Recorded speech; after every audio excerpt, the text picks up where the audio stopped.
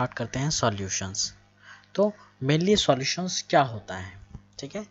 तो जो क्लास 9 से हम लोग पढ़ते आ रहे हैं या इवन हम लोग क्लास 7 8 में भी पढ़े हैं, सॉल्यूशंस सिंपली क्या होता है कि it is simply a homogeneous mixture, okay, homogeneous mixture of substances. तो यहाँ हम लोग डेली लाइफ में सॉल्यूशंस देखते कहाँ हैं, तो हम लोग घर से ही स्टार्ट होता है। कोई गेस्ट आते हैं तो हम लोग क्या करते हैं, तुम्हारा नींबू चीनी पानी का घोल बनाकर देते हैं, तो वो भी एक तरह का सॉल्यूशन है। फर्दर फिर यदि हम लोग डेली लाइफ में मेडिसिन वगैरह लेते हैं, लिक्विड मेडिसिन भी यदि ले तो वो भी एक तरह का सॉल्यूशन है। टैबलेट्स लेते हैं वो भी एक तरह का सॉल्यूशन है। तो कहीं ना कहीं जो ये कॉम्पोजिशन ऑफ सब्सटेंस है हम लोग के डेली लाइफ में वर्क करता है, ठीक है, इम्प्लीमेंटेड होता है। जस्ट लाइक और एग्जाम्पल से यदि देखो तो ब्रास क्या है, मिक्सचर ऑफ कॉपर और जिंक है। ब्रास यूज़ किया जाता है एज यूटेंसिल्स, ठीक है, होम हाउस में यूटेंसिल कैसा यूज़ होता है। फिर तुम्हारा जर्मन सिल्वर हो गया, it is nothing but mixture of copper zinc and निकल। ब्रोंज हो गया कॉपर और आयरन का। इवन हमारा जो एयर है वो भी एक तरह का मिक्सचर है जिसमें हाइड्रोजन नाइट्रोजन सारे गैसेस प्रेजेंट होते हैं। इनफैक्ट पॉल्यूशन भी इंक्लूडेड होता है। तो नेक्स्ट वन यदि हम देखें रेड पॉइजन जो सोडियम फ्लोराइड है वो भी हम एक तरह से सॉल्यूशन, फ्लोराइड आयंस का सॉल्यूशन कह सकते हैं। तो वो भी हम लोग के डेली लाइफ में यूज़ हो रहा है। इंटरवेनेंस इंजेक्शंस, जैसे हम मेडिसिन की बात करें, इंटरवेनेंस इंजेक्शन जैसे स्लाइन वगैरह भी चढ़ता है तो वो भी एक तरह का सॉल्यूशन होता है। इवन हमारा ब्लड जो है, ब्लड प्लाज्मा, वो भी एक तरह का सॉल्यूशन है। तो ये सारे वैरायटी ऑफ मतलब थ्रू आउट द मतलब इन्वायरमेंट यदि देखते हैं तो सॉल्यूशंस के बहुत सारे एग्जांपल्स मिलते हैं, ठीक है, बहुत सारे एग्जांपल्स मिलते हैं। तो क्या होता है कि इस चैप्टर में यदि हम लोग आगे बढ़ेंगे तो हमको ये समझ में आएगा कि इस चैप्टर में हम लोग को सॉल्यूशंस के बारे में पढ़ना है, और स्पेशली सॉल्यूशंस किस तरह का, बाइनरी सॉल्यूशंस पढ़ेंगे जिसमें दो ही कंपोनेंट्स प्रेजेंट होते हैं, ठीक है, दो ही कंपोनेंट्स प्रेजेंट होते हैं।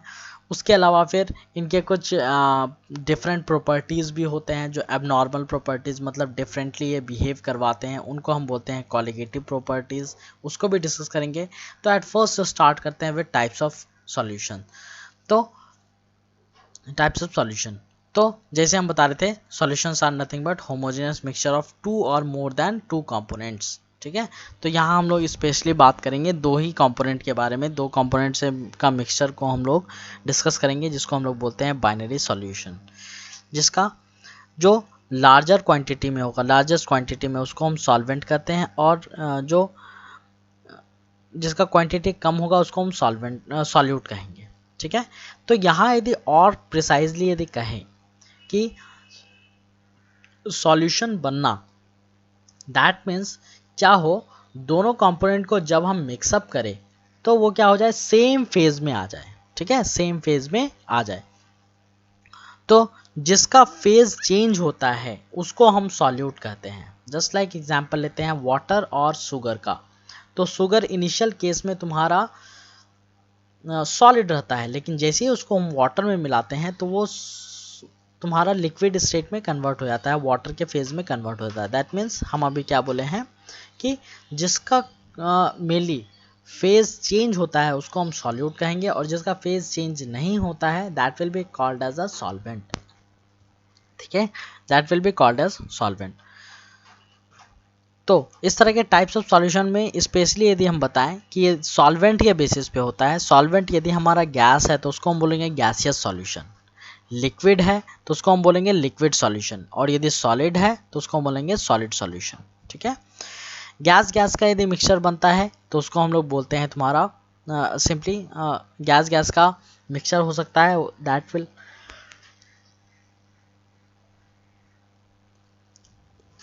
That will also called as तुम्हारा गैस सॉल्यूशन। और स्पेशली यहाँ ध्यान देना कि यदि हम बोलते हैं लिक्विड गैस सॉल्यूशन तो दैट मीन्स कहने का क्या मतलब है, लिक्विड का क्वांटिटी कम है, मतलब सॉल्यूट कैसा बिहेव कर रहा है, और गैस तुम्हारा सॉल्वेंट कैसा बिहेव कर रहा है। तो लिक्विड गैस सॉल्यूशन में हम देखते हैं क्लोरोफॉर्म मिक्स करते हैं किया जाता है नाइट्रोजन गैस के साथ, इसके अलावा भी और एग्जांपल्स हो सकते हैं, जस्ट लाइक क्या होगा, एयर में मॉइस्चर प्रेजेंट होना, तो लिक्विड स्टेट में मिल रहा है तो वो भी एक एग्जांपल हो सकता है। सॉलिड इन गैस वाला यदि हम देखें तो कैम्फर इन नाइट्रोजन गैस, वो भी एक हो जाएगा। उसी तरह से ये चार्ट में देखिए लिक्विड सॉल्यूशन के एग्जांपल्स हैं। तो प्रिसाइजली यदि कहेंगे हम तो हम लोग को पढ़ना है अबाउट लिक्विड सॉल्यूशन, ठीक है, जिसमें गैस लिक्विड होगा, लिक्विड होगा और सॉलिड लिक्विड सॉल्यूशंस होंगे। ओके, और दूसरा सॉलिड सॉल्यूशन नथिंग बट क्या हो जाएगा, इसमें तुम्हारा पैलेडियम में हाइड्रोजन गैस डिजॉल्व हो, या फिर लिक्विड सॉल्यूशन में amalgam of mercury with sodium हो।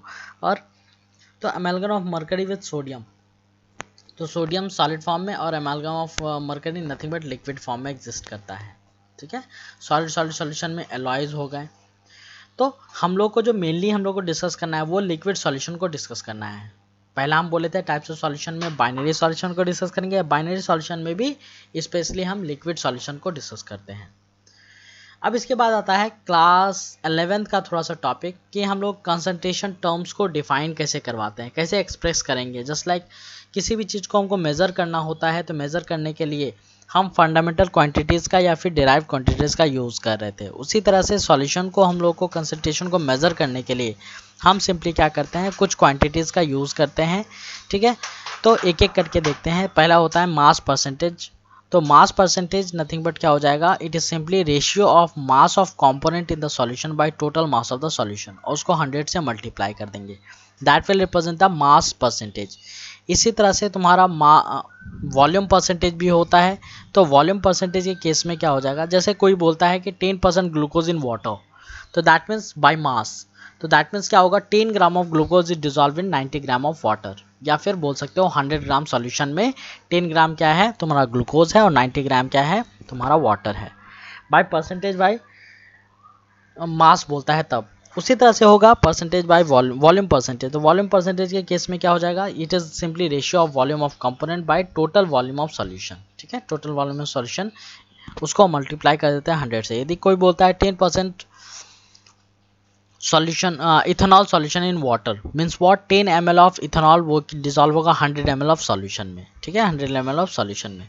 तो जितने भी इंटरवेनस होते हैं वो nothing but volume by volume percentage में प्रेजेंट होता है। इसी तरह से मास बाय वॉल्यूम परसेंटेज भी होता है।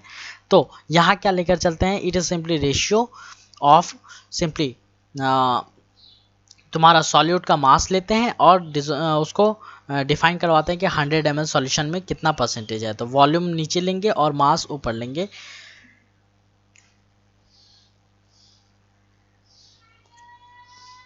तो कॉमनली इसको भी हमारा क्या होता है, मेडिसिन इंडस्ट्री में यूज़ किया जाता है। पार्ट्स पर मिलियन की यदि बात करते हैं तो पार्ट्स पर मिलियन हम लोग क्या करते हैं, यदि पॉल्यूशन को हमको नापना होता है, ठीक है, पॉल्यूशन के लिए हम ppm का यूज़ करते हैं। तो वहाँ पे सिंपली क्या हो जाएगा, जो भी कंपोनेंट का पार्ट्स रहेगा by total number of parts of all the components solution, उसको मल्टीप्लाई कर देंगे। ये रेशियो को मल्टीप्लाई कर देते हैं 10⁶ से, क्योंकि 1 मिलियन में 10⁶ लेकर चलते हैं। तो जैसे परसेंटेज में 100 से मल्टीप्लाई करे थे, वहीं यहाँ पे क्या हो जाएगा 10⁶ से मल्टीप्लाई करना पड़ेगा, ठीक है। तो जिस तरह से एग्जाम्पल दिया गया है कि 1 लीटर सी वाटर में यदि बोला जा रहा है कि 6 × 10⁻³ ग्राम ऑफ डिजॉल्व ऑक्सीजन है, तो दैट मीन्स क्या होगा, तुम्हारा 5.8 ग्राम पर मिलियन सी वाटर में प्रेजेंट होगा, ठीक है। तो जरूरी नहीं है कि वो तुम्हारा ग्राम में ही हो सकता है माइक्रोग्राम